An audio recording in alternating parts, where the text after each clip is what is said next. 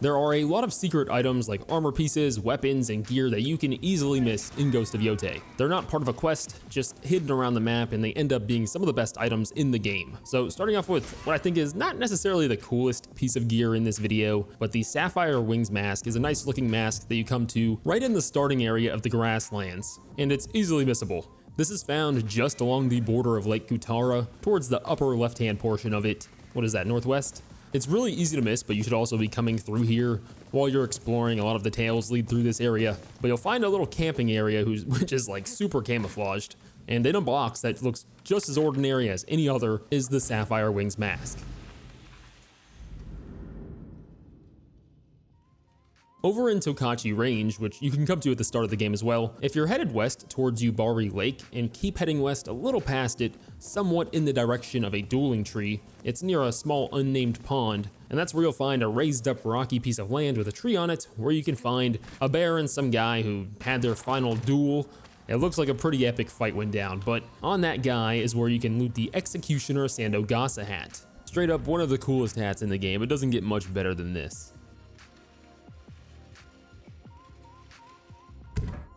My other favorite hat, or helmet, is the Burdened Straw Hat. This is the cleanest looking hat in all of Yotei. It just looks so dang nice. You can also get this one right at the start of the game over in the Ewar Woods. Not Ewar Woods, the woods, but Ewar Woods, the settlement, right below the woods. I'm starting out at the ferry, which you take when you first come here. This should be marked on your map automatically if you're in this region. And from there, you can pretty much just take a deep right towards the waterfall. We're actually going to head over or behind the waterfall up this route of white flowers and up the mountain until you find some civilization. If you're looking towards that big puddle in the back, you'll see a ledge off to the left, as well as some rocks that you can climb on up to lead you to the Burdened Straw Hat.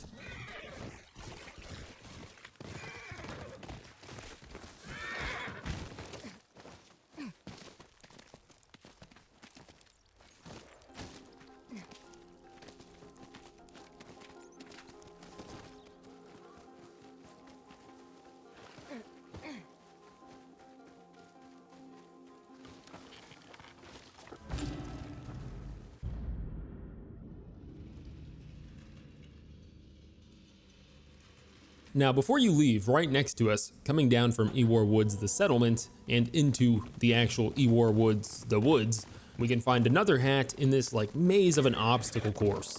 So come straight on in and over to the other end, over that wooden bridge. There's a legit way to get down from here that I'll show in a minute, but I really like to take the shortcut here. Just yeet yourself across onto the log. Just go straight and then up the climbable rocks to find our hat, or helmet I guess, sitting there inside of a box.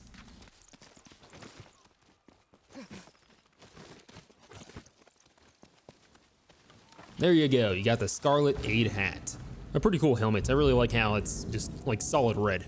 Now just go back the same exact way you climbed up. Once you get down the first little flight of rocks, we came from the left, but off to the right you can see the way that you could have climbed over, which would have brought you to that gold on the other side. If you want that gold, you can just yeet yourself over once again and then climb back up to exit.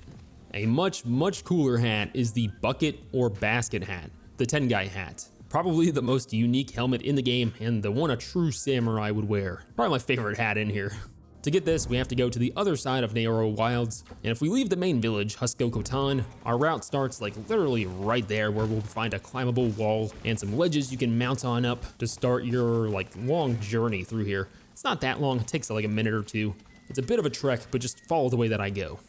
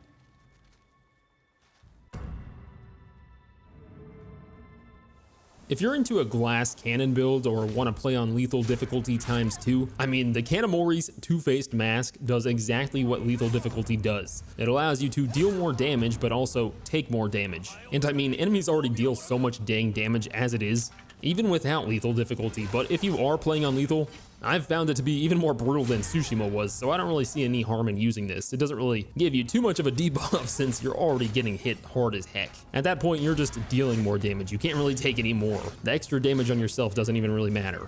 This is the only mask in the game, at least that I'm aware of, that has a perk. It's like its own little armor piece. Plus, it's probably the coolest looking mask in Yotei as well. Kanamori's two-faced mask is a cursed mask that is actually purchased from the traveling merchant after completing 2 tails that I'll go over in a minute. It'll cost 1,000 coins, so always have some on you. I would really regret not having enough money when this guy comes around. But something interesting is that you can actually decline to take his offer to take the mask, and then he'll just come stumbling on back some other time after setting up camp again with a 75% discount, only wanting 250 coin for it. I haven't tested it, but I imagine he might even give it away for free if you decline it again, based on what he says after you purchase it. The traveling merchant is just a random encounter that can occur whenever you set up camp. I've heard of people getting him to spawn in various regions like Teshio Ridge and Ishikari Plain. They both seem to be the most popular. I've seen a couple of people who got him to spawn specifically at or around Otaru Beach. I don't know why, but I had a hunch that this mask was connected to 2 side tails over in the Neoro Wilds, and that doing them would get the traveling merchant to appear quicker, but I got him to spawn on a save where I hadn't done those yet. Maybe doing them increases your chances, I don't know, but it would make sense since both of these tails that I'm talking about revolve around Kanamori and reference this specific mask. If you want to, you should do these tails anyways if you can't get the traveling merchant encounter to happen, because I feel like it at least is one of the triggers to get him to come on out and find you. Plus, they reward you with similar glass cannon build type items. One of the tails is the face of a demon started on the east side of the Newper River, where you'll find the Myro Caves and a few Ronins surrounding a double door.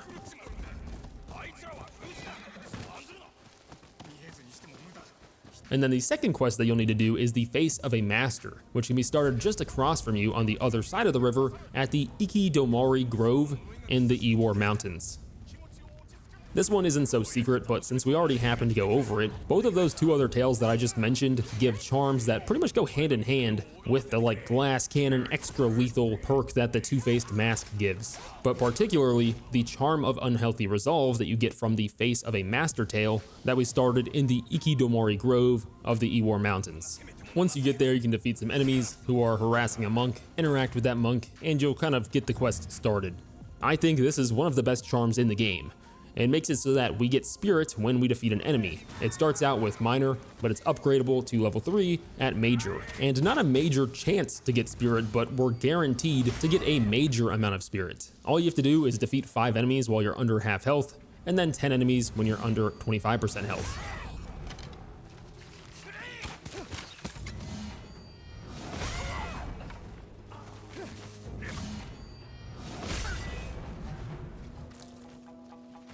Okay, I know we've been in the Neoro Wilds for a while now. We got the last 4 items from here. But before you leave, you have to get what is also one of my favorite hats in the game. A real strong contender to the other ones that we went over, the Ronin straw hat.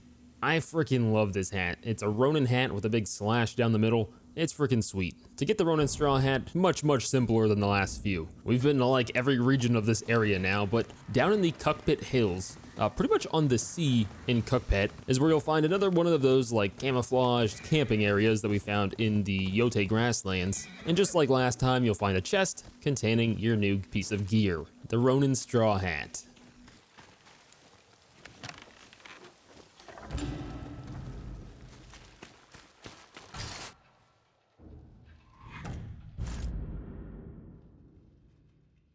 Well, since you've got the Ronin straw hat, you might as well get the matching piece of gear over in the Hidaka Grove of Tokachi Range. It's all the way on the eastern border of the Tokachi Range. This is where you'll find the Faithful Leap Shrine. You do not have to go in there. We're actually going straight on the other side of the entrance to the shrine, just north of it. This is where you'll find a small pond or lake with yet another one of those abandoned makeshift shelter campsites. Pop open that chest and you'll find the Ronin's headband.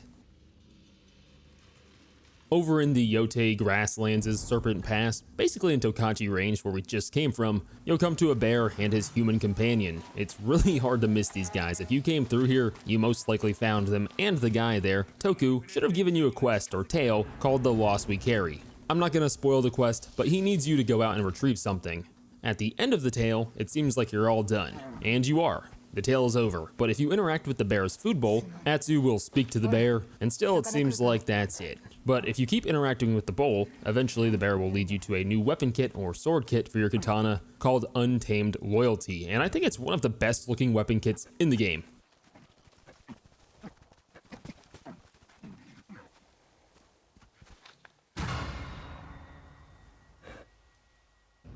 So if you're in the Yotei grasslands, headed north like you're going to the Ishikari Plain, eventually you will come to the Golden Foothills. Just north of the fox that I think everyone can find, I think he's like automatically marked as you're coming here, this is where you will eventually come to a waterfall.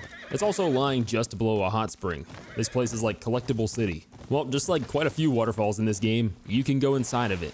Jump into the lake, swim on into the waterfall where you'll find a tiny little cave. Through there you'll find some steps leading up to a chest, just next to a lantern where you'll find the Koi's Ascendance Mask. A pretty sweet looking mask. I like a lot of the gold armor pieces in here.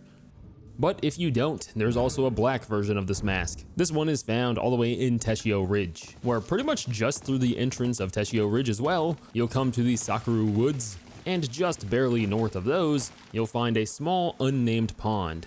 It's there on the map, but it's not a super important location. Doesn't really got much going on, doesn't even have a name. If you look towards the middle of this lake, you'll see a boat. And inside of that boat is, guess what? Another chest containing the Koi's Ward Mask, a black version of the Ascendance Mask. Both of them are pretty sweet, I really like the black one.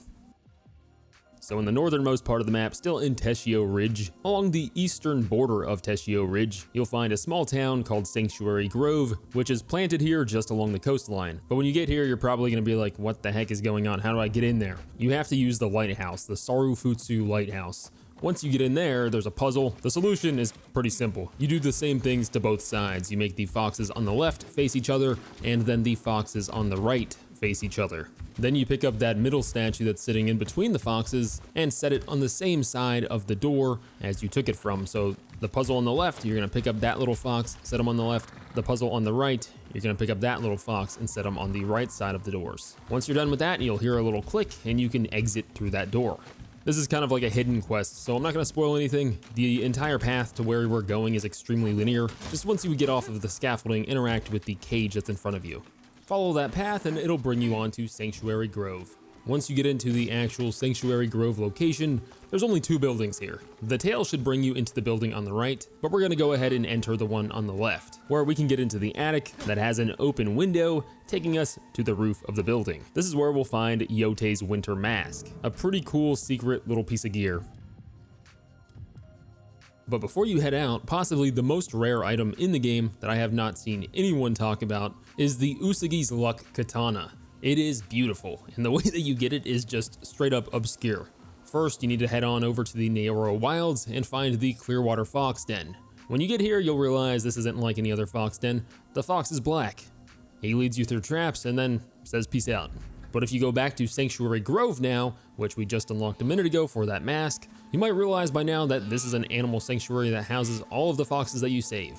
You will eventually find every single one of them here at Sanctuary Grove. Well, if we head back to that building that we got the mask from, you'll see your little black fox hanging out up there. If you get back up on that roof that we were just on top of by using one of the attic windows once again, we can approach the black fox who will send us on another chase where we just loop around and visit all of the other animals.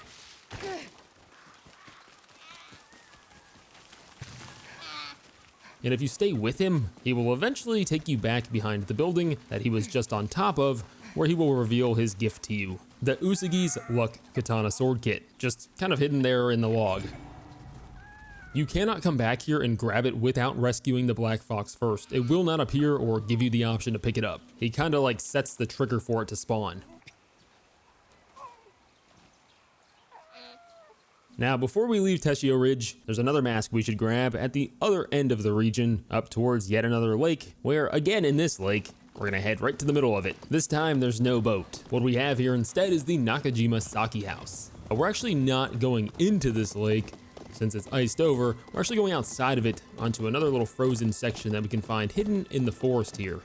So not really that big of a trek. It's really not that far from the Saki House, but you should find this little iced over pond with a statue kind of frozen in the center of it. And in that statue's hand is the Blizzard Kitsune mask, in case you wanted to be like Kitsune's sidekick. And the Yotei grasslands is also where we can find one of my favorite hats in the game. I think it was my first like hidden collectible item that I found in the game. Do not sleep on this hat, man. It is freaking sweet. At first I thought this was like, not much, but it became one of my favorite hats in the game. I think it looks really, really good with Taro's armor. But we're all the way on the western border of Yotei's grasslands in the Shikotsu woods. More towards Jade Grove though. It's kind of like in between both of them, but I originally found it when I was headed towards Jade Grove, I think for one of the side tales, where I just stumbled upon this cart of goods, expecting maybe some resources. There's like a disrespected camp here, but just laying on one of the stacks of wood in the center is the Grasslands straw hat. Really, really easy to miss. Not that anything in this game is really missable. You can always go back for it. Which, if you didn't know, if you miss an item on a bounty target or some type of NPC, something you forgot to collect that dropped from an enemy, you can always get it from Taro the Scavenger. He'll pick it up and sell it to you. That silly little rascal trying to sell us our goods. But yeah, don't forget to leave a like and subscribe for more Ghost of Yotei videos, and let me know what you guys' favorite armor or piece of gear in this game is. I think a lot of the hats, masks, and weapon and sword kits have some of the best designs in the game. Yeah, thanks for watching. See ya.